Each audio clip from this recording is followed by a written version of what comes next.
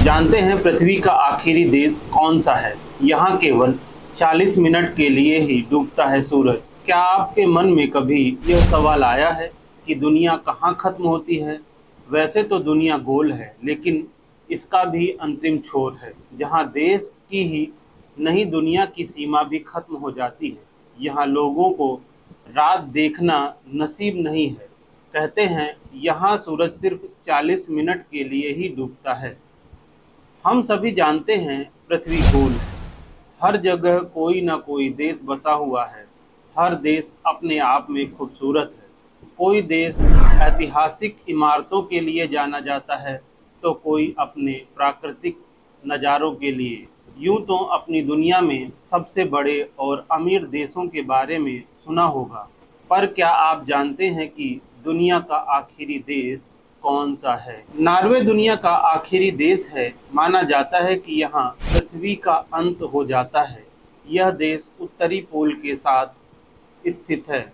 Norway पोल ही वो जगह है जहाँ पृथ्वी धुरी पर घूमती है। तो आइए जानते हैं कैसा होता है नॉर्वे का नज़ारा। यह देश बहुत खूबसूरत है, लेकिन आपको जानकर हैरत होगी कि यहाँ रात नहीं होती। होती भी है तो बहुत छोटी। उत्तरी नॉर्वे की हेवरफेस्ट सिटी की सिर्फ 40 मिनट के लिए ही सूरज डूबता है। इसलिए इसे कंट्री ऑफ मिडनाइट सन भी कहते हैं। यह देश बहुत ठंडा है।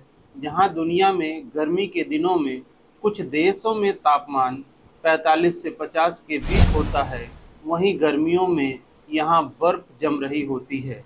इस समय यहाँ का तापमान 0 डिग्री रहता है। गर्मियों में यहाँ का तापमान -45 डिग्री के नीचे चला जाता है।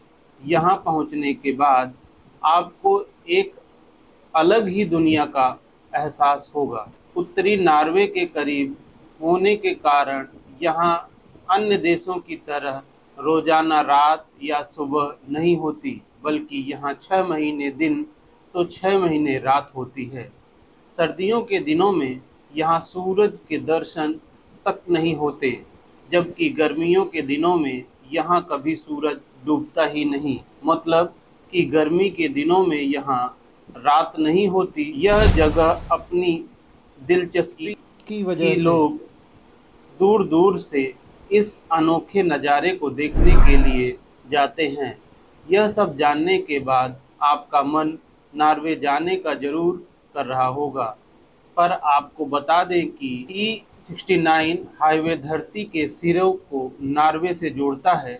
यह सड़क ऐसी जगह जाकर खत्म होती है जहां से आगे जाने का रास्ता आपको नज़र ही नहीं आएगा, क्योंकि यहाँ दुनिया का अंत हो जाता है। अगर आप इस हाईवे पर जाना भी चाहते हैं तो अकेले जाना मना है। यहाँ के लिए आपको एक ग्रुप तैयार करना होगा और फिर यहाँ जाने की परमिशन लेनी होगी। इस सड़क पर किसी व्यक्ति को ना तो अकेले जाने की इजाज़त है और ना ही अकेले गाड़ी ड्राइव करने की। यहाँ हर तरफ बर्फ़ ही बर्फ़ है। ऐसे में अकेले सफ़र करने में खो जाने का डर बना रहता है।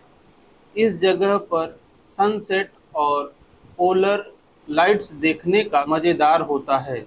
कहते हैं कि यहाँ सालों पहले मछली का कारोबार हुआ करता था, लेकिन धीरे धीरे इस देश का विकास हुआ और पर्यटकों का आना जाना शुरू हो गया। अब यहाँ पर्यटकों को ठहरने के लिए होटल और रेस्टोरेंट की सुविधा भी मिलती है। दोस्तों, यह कहानी आपको कैसी लगी, हमें कमेंट बॉक्स पर लिखकर ज़रूर बताएं। दोस्तों, मेरा ऐसा कहानी सुनाने का मकसद किसी को डराना, धमकाना या भ्रमित करने का उद्देश्य बिल्कुल नहीं है, बल्कि आप सभी को अपने जीवन के प्रति जागरूक करने का उद्देश्य है। दोस्तों, ऐसी जानकारी से भरपूर कहानी सुनने के लिए मेरे चैनल को सब्सक्राइब करें और अपने दोस्तों तक शेयर करें। जय हिंद, जय भारत।